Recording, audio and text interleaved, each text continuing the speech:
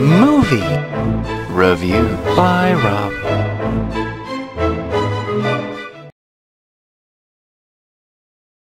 Okay, is this gonna be an extra creepy review today for the Unborn? The Unborn? The Unborn? The Unborn? More like The Unborn.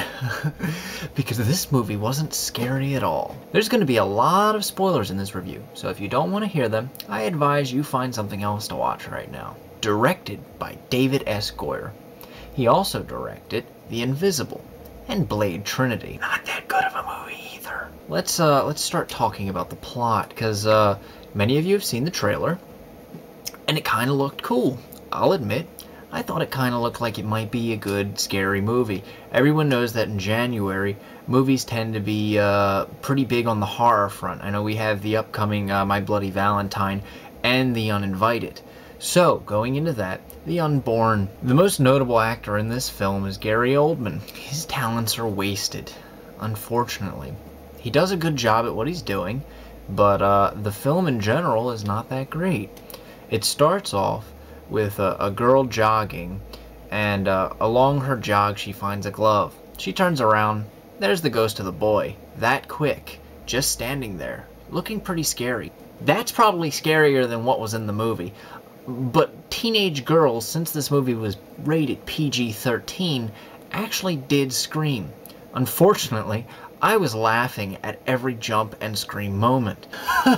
Unfortunately, this wasn't supposed to be a comedy. But let's face it, nowadays horror movies that are actually good and scary are few and far between. The general plot is that a girl slowly starts to get visions of a small child who goes by the name of Zombie, which reminded me of Pee-wee's Playhouse. I'm not going to bore you with all the details of how many jump scares this movie had, or how much bad acting and character development plot holes there were. I'll jump into some of the interesting parts that were going in the right direction, but unfortunately failed. Let's talk about a really good angle here, okay? Turns out the young girl's grandmother was alive during Nazi Germany times and was in a concentration camp with her twin brother. Now, the Nazis back then, because of Hitler and all, were very interested in genetic research, and they thought that doing research on twins was the best route for finding out the mysteries of genetics. I mean, why not? These are two individuals that, share certain genetic patterns and DNA, and perhaps they could be manipulated to their benefit. So the general plot there is that the Nazis are going to do experimentations on these twins. As described in this flashback sequence, one of the main focuses of the genetics was the eye color. Since Hitler had the whole thing with blonde hair, blue eyes, they wanted to see if they could turn brown eyes into blue eyes using the genetics from twins. So in doing so, they offered a series of injections and tests on these twins' eyes.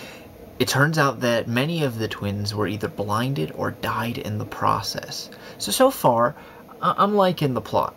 I mean, I'm liking the backstory. It's cool, it's interesting. And suddenly, a ghost that cannot pass into heaven and is roaming between the realms inhabits the body of the grandmother's brother that's actually the grandmother of the girl who is in the present time.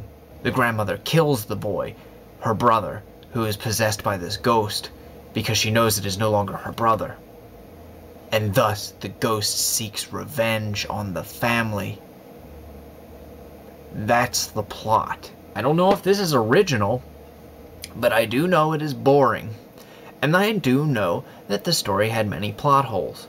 I was trying to follow the plot closely, but the whole idea was that the boy needed the girl, the boy being the ghost I'm referring to, needed the girl to become part of this world. He needed to inhabit her body because her twin brother died in utero. Yet, the ghost, throughout the film, body jumps. Why does he body jump? If he can body jump, why not just body jump into the girl? There's no protective seal on her. There's nothing like that. He just chooses not to. At some point in the film, the girl decides to get an exorcism.